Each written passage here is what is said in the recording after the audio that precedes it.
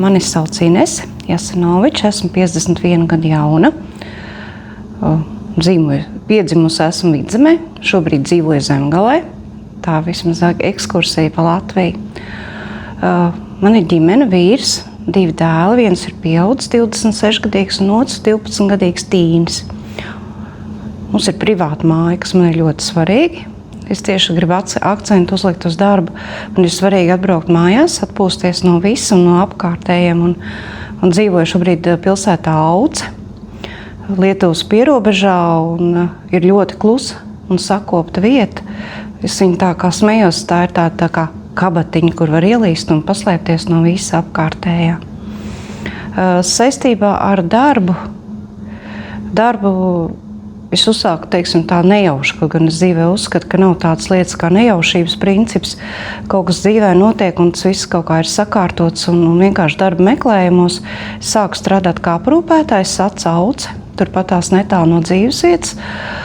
Un tajā brīdī, kad es uzsāku strādāt, es nemaz nebiju atklājis līdz šim, kad man ir šādas īpašības, šī empātija, šī vēlme palīdzēt. Un šis darbs arī prasa no sevis diezgan daudz. Darbs ir ļoti atbildīgs, teikšu godīgi. Šis darbs noteikti ir jāmīl iekšēji ar sirdi. To nevar vienkārši izvēlēties darba pēc. Bet man paveicās, man izvēle, man attaisnoja, un šobrīd strādāju kā sociālā aprūpētāja. Šīs zināšanas, kas ir iegūtas gan strādājot kā aprūpētāji un arī izglītojoties, pabeidzot Rīgas pirmo medicīnas koledžu kā aprūpētāji, un pēc tam izglītojoties un iegūstot sociālās aprūpes kvalifikāciju Paules Stradiņa medicīnas koledžā, es neesmu nevienu brīdi to nožēlojusi. Es sapratusi, ka tas ir mans, tā ir mana niša, mana vēlme strādāt šajā jomā, un tas ir arī palīdzējis privātajā dzīvē.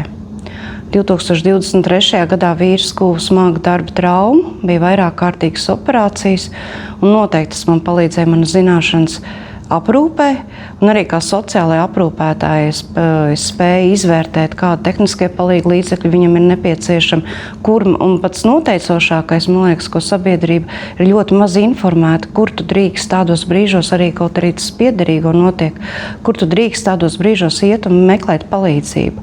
Un es tajā brīdī jau biju gudra un izglītota, un es zināju, kur es varu iet un meklēt. Un arī tētis pēdējo dzīves pusgadu atradās manā aprūpē, un tāpēc es vēlreiz es ne brīdi neesmu nožēlojis to, kad es tā pavisam nejauši esmu nonākuši šajā sfērā, un man liekas, jā, tas ir mans. Sociāla aprūpe ir mana. Jā, no 2023. gada jau jāskaitās strādāju kā sociālā aprūpētāja slimnīcā Ģintermuiža, ilgstošās sociālās aprūpes un sociālās rehabilitācijas nodaļā. Galvenie pienākumi ir saskatīt klientu, izvērtēt funkcionālās spējas, viņa prasmes. Šeit ir ne tikai vienkārši izvērtēt, bet arī saskatīt viņa tos resursiņus un pamanīt tos un izmantot viņa paša labā. Darbs ir aprūpētāja komandā, ir jākomandē aprūpētāja komanda, jādod norādes šo aprūpes plānu izstrādāšanu, ņemot vērā cilvēka šīs spējas, pamatvajadzību nodrošināšana, klientiem mācīt sadzīviskas prasmes, kas mums varbūt ikdienā pašiem liekas, kā var to nezināt, kā var to nemācēt, bet viņiem tas ir jāmāc un jāmāc, tas ir diena no dienas. Strādāt starp profesionāļu komandā, kur ir vairāk speciālisti, spēc sadarboties ar viņiem. Un tad ir vēl viens tāds aktuāls punkts - darbs ar klientu piederīgajiem. Tā ir tiešām atsevišķs lauciņš, un tur ir jāmāk, tur reizēm ir jābūt tādai īpašai pieejai, un lai viņi izprot un lai viņi saprot. Tad ir vēl šīs arī tie tehniskie palīga līdzekļi, jāstrādā kopā ar fizioterapeitiem, ar ergoterapeitiem. Tad ir vēl pārtiks un viņiem nepieciešamo preču piegādi. Ir klienti, kuriem ir nepieciešams tikai atbalsts iepērkoties, bet ir arī klienti, kur vietā daru es. Viņi pasaka mutiskas vēlmes, ko viņi vēlās, ko es viņiem atnesu, un tad es arī šos pirkumus veicu. Un pagājušā gada 25. gada 1. augustā es uzsāku strādāt arī Dobeles novada sociālā mājā Lielauces pansijā, kuras Latvijā ir, man liekas, ja nemaldos, 7. Kad man šo piedāvāja, man pirmām kārtām jau ieslēdzās šī te profesionālā interese.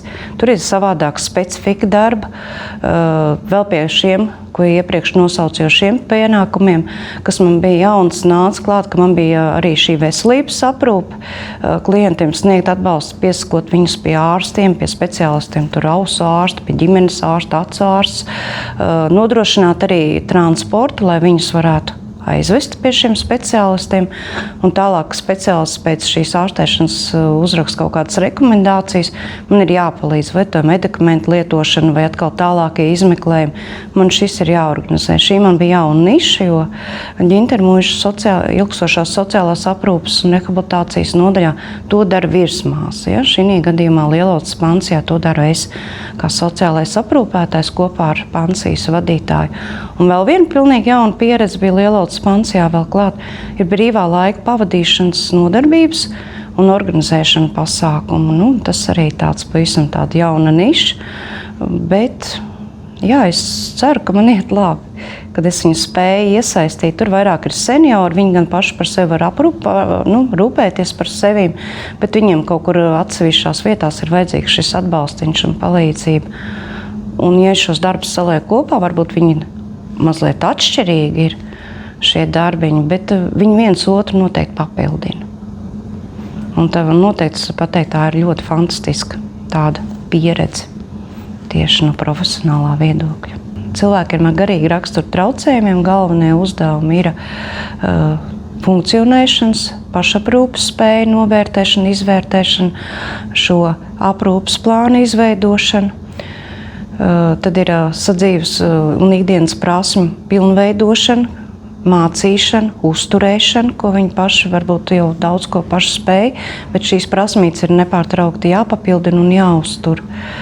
Tad ir darbs šajā starpprofesionāļu komandā, tad ir šī saskarsme ar tuviniekiem, aprūpētāju komandas darba, vadīšana. Cilvēkiem, kuriem ir nepieciešama mentālā aprūpe, svarīgi ir apzināties, pieņemt viņus, radīt viņiem šo uzticēšanos, veidot šo pozitīvo saskarsmi, komunikāciju, radīt viņiem šo drošo vidi, un viens no šī arī ir šī, ka tu viņu uzklausi, tu viņam nedod nekādas norādes, bet kad viņš var izpausties, viņš var ar tevīm izrunāties. Tu esi pieejams tad, kad viņam tu esi nepieciešams.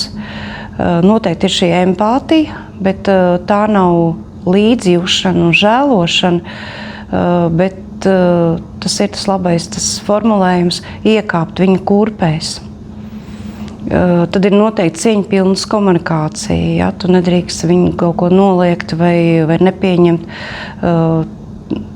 Kā arī vēl var pateikt, ka tu uztver cilvēku, nevis viņa diagnozi.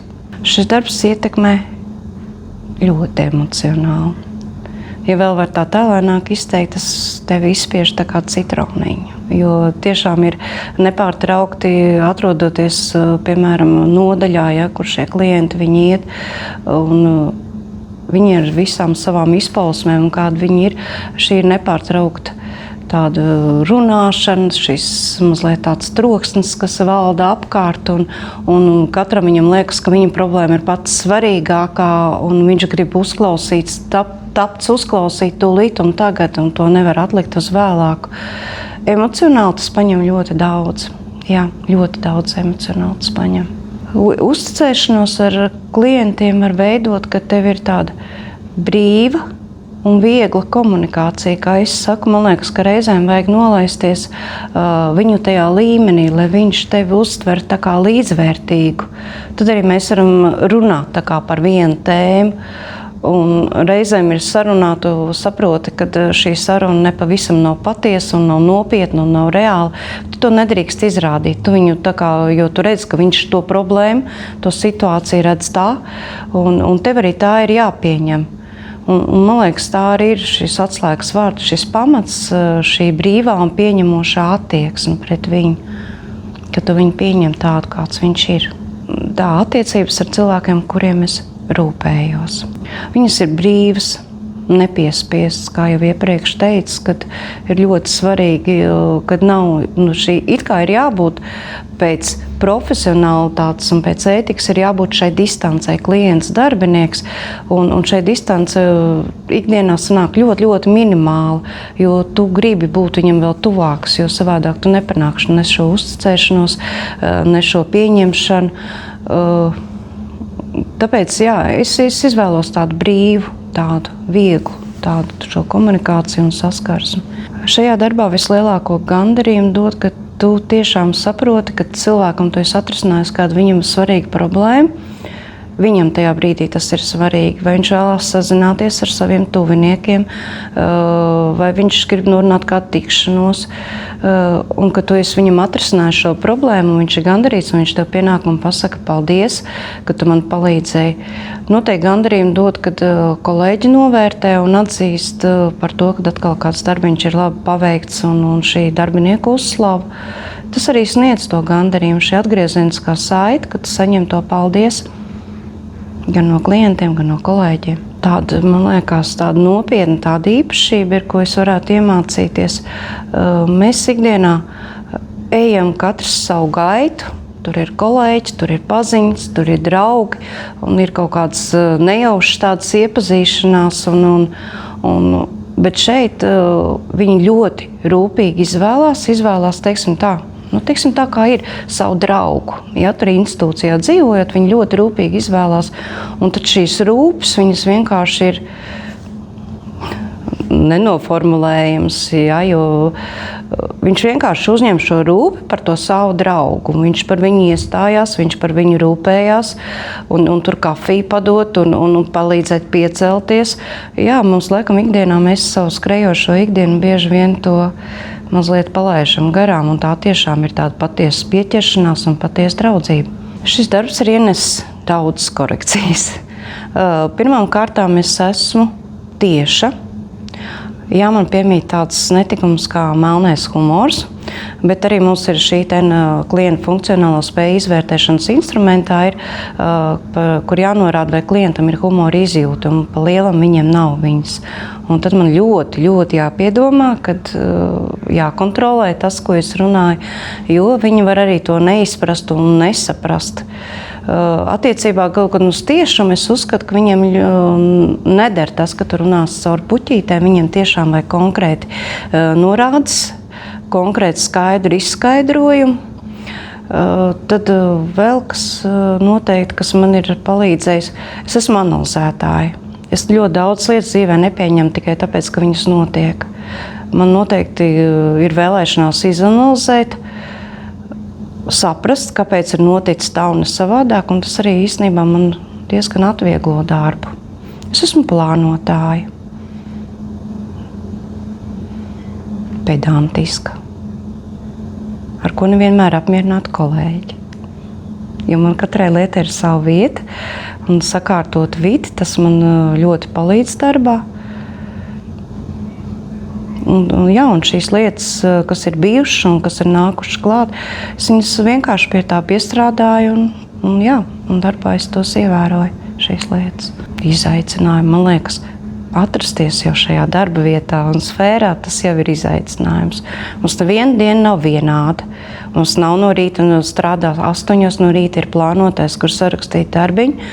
Ļoti daudz dienā daudz kas var izmainīties, neparedzēti atgadījumi, situācijas, kas ir jārisina tūlīt un tagad, kas pat nevar gaidīt. Tur tas neskatoties to, ka ir darba dienas noslēgums.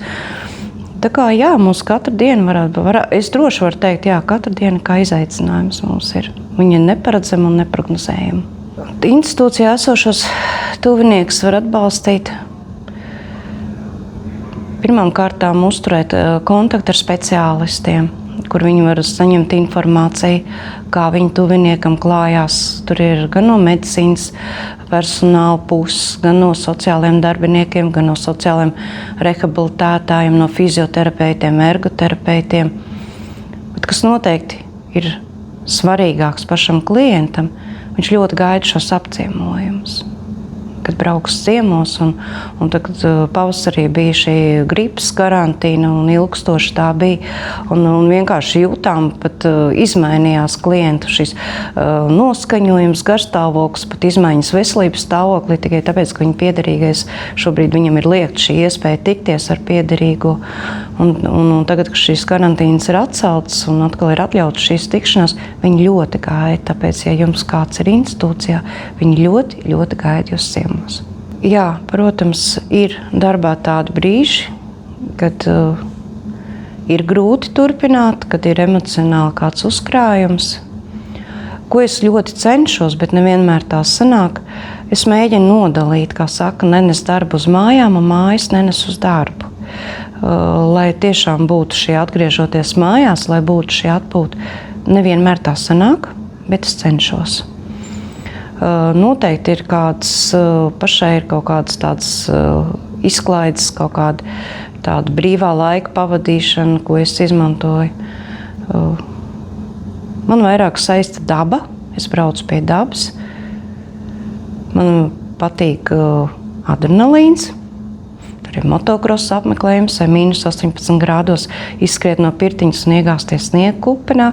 Es uztaisu sev tādu šoka terapiju. Un īstenībā tas palīdz, jā. Noteikti ir vēl, es varu piebilst, ne tikai attiecības ar kolēģiem, bet tā ir ģimene, kas tevi uzklausa, ka tev ir sakrājies. Un, jā, man vīrs ļoti liels labs motivators un uzklausītājs un atbalsts. Noteikti svarīgi ir ģimene. Cik man ir bijusi saskarsme, kad cilvēki sabiedrībā, viņiem ir tāds priekšstats, ka sociālais aprūpētājs, jā, viņš maina inkontinences līdzekļus, viņš baro klientu, viņš viņu mazgā, bet viņiem nav izpratnes to, kad mēs izvērtējam to cilvēku, klientu, saprotam, kādas viņam ir nepieciešama palīdzība, cik lielā apjomā, tad ir šis plāna sastādījums, un tālāk mēs nododam aprūpētājiem, kurš strādā. Teiksim, tāds aprūpas plāns, tā kā instrukcija aprūpētājiem, kā viņam ar šo cilvēku ir jāstrādā. Bet sabiedrība uzskata, jā, ka sociālais aprūpētājs, jā, viņš tā kā, viņam nav šī atdalīšana aprūpētājs un sociālais, nav izpratnes par to, ko mēs īsti darām. Un tad ir tāds, nu jā, tad tu laikam ar papīriem strādā. Es saku, laikam jau tā varētu noformulēt. Kolēģiem, ko novēlēt, lai neizdegt, jā, ir novērots. Mums tāpatās ir, kad darbinieki aiziet atvaļinājumos vai uz darbu nespējām, tad kādam ir jāizvieto, jo šī vieta nevar palikt tukša. Un tad reizēm kolēģiem ir savi pienākumi, viņam vēl jāuzņemās otra kolēģa pienākumi, bet kā mums kolēģām mācīja, ja tu jūti, ka tu nespēji un nevari, ir jāmāk pateikt nē un jāmeklē tomēr ir šai vadītāji vai darba devējiem, ir jāmeklē kāds risinājums. Ja? Ir tiešām jāmāk reizēm pateikt nē un neuzņemties, ja tu tiešām to nespēji, jo izdegšana un pēc tam tā atkal rehabilitācija un atgriešanās pēc tam darbā, tas noteikti ir ļoti grūts tāds process, un tāpēc jā, ir jāmāk pateikt reizēm nē. Šis darbs, sociāla aprūpētāja darbs ir svarīgs. Laikam var atsaukties uz kādu brošūriņā, izlasīt to tādu, kad sociālais aprūpētājs ir kā tilts starp šo cilvēku un šiem viņam nepieciešamiem sociālajiem pakalpojumiem, lai neviens cilvēks nepaliktu novārtā. Tas sociālais aprūpētājs tiešām ir kā tāds stils, ka viņš pirms izvērtē, kas šim cilvēkam ir nepieciešams. Viņš piemeklē šos sociālos pakalpojumus, viņš sniedz atbalstu, lai tiešām šis cilvēks saņemtu viņam nepieciešamo šo atbalstu. Sabiedrības skatījums un kā es vēlētos, lai viņi skatītos cilvēkiem ar garīgi raksturu traucējumiem. Šeit mazliet tāda atkāpe, es laikam esmu tā paudze, kur mums šīs lietas netika ieaudzinātas. Jo arī manā dzīvesvietā, kur es dzīvoju, bija šāda klīnika, kur bija šie klienti ar garīgi raksturu traucējumiem. Un mums tika stāstīts, ka nē, tie ir cilvēki, kas ir pazuduši no sabiedrības, un viņi noteikti nav integrējumi vairs atpakaļ sabiedrībā, viņus neviens nesocializēs. Un tā arī atklāti tika pateikts, ka tie ir slimi cilvēki. Ja? Paldies Dievam, šodien tā var teikt, ja, kad sabiedrība ir daudz izglītotāka. Man ļoti patīk, man ir 6. klases skolnieks, jaunākais dēls, un jau vairākus gadus jau skolā ir šo dažādo kurpi dienu, kur maziem bērniem jau no skolas vecuma tika ieaudzināts, kas starp mums ir šie cilvēki, kur ir savādāki, kad viņi ir jāmāk pieņemt tādu, kādi viņi ir. Un arī, es domāju, sabiedrība šobrīd daudz vairāk jau tiek izglītota, tiek arī šīs darba vietas piedāvātas. Es domāju, ka jā, šobrīd mēs strādājam pareizā virzienā, ka mēs mācāmies, sabiedrība tiek mācīta, pamanīt arī šādus cilvēkus starp mums un pieņemt viņus. Ko es varētu ieteikt cilvēkiem, kur vēlās nākt strādāt sociālā aprūpē? Pirmkārt, protams, ņemot vērā to, ka mums katastrofāli trūkst darbinieku, tiešām trūkst sociālā aprūpē, gan aprūpētāji, gan sociālajā aprūpētāji. Varētu jau tā droši teikt, ja tu esi darba meklējumos, nāc, piesakies, mācies, izglītojies, bet lai nebūtu pēc tam kaut kādas izdegšanas vai kaut kādas tur pārpratumi, pašam tomēr izvērtēt šīs īpašības, jo šis darbs ir tas, kas ir jādara ar sirdi. Ir jābūt šai empātijai, ir jābūt šai pieņemšanai. Un, ja tiešām tādas īpašības tu sevi saskati, droši pievienojies mūsu komandai. Ko es saviem kolēģiem gribētu novēlēt? Īsi un konkrēti, mīliet sevi. Jo jums ir vispirmām kārtām jums ir jārūpējas par sevi, jums ir emocionāli mierīgiem jābūt, jums ir fiziski atpūtušiem jābūt. Un tikai tad jūs spēsiet sniegt palīdzību tiem, kuriem tiešām tā ir nepieciešama.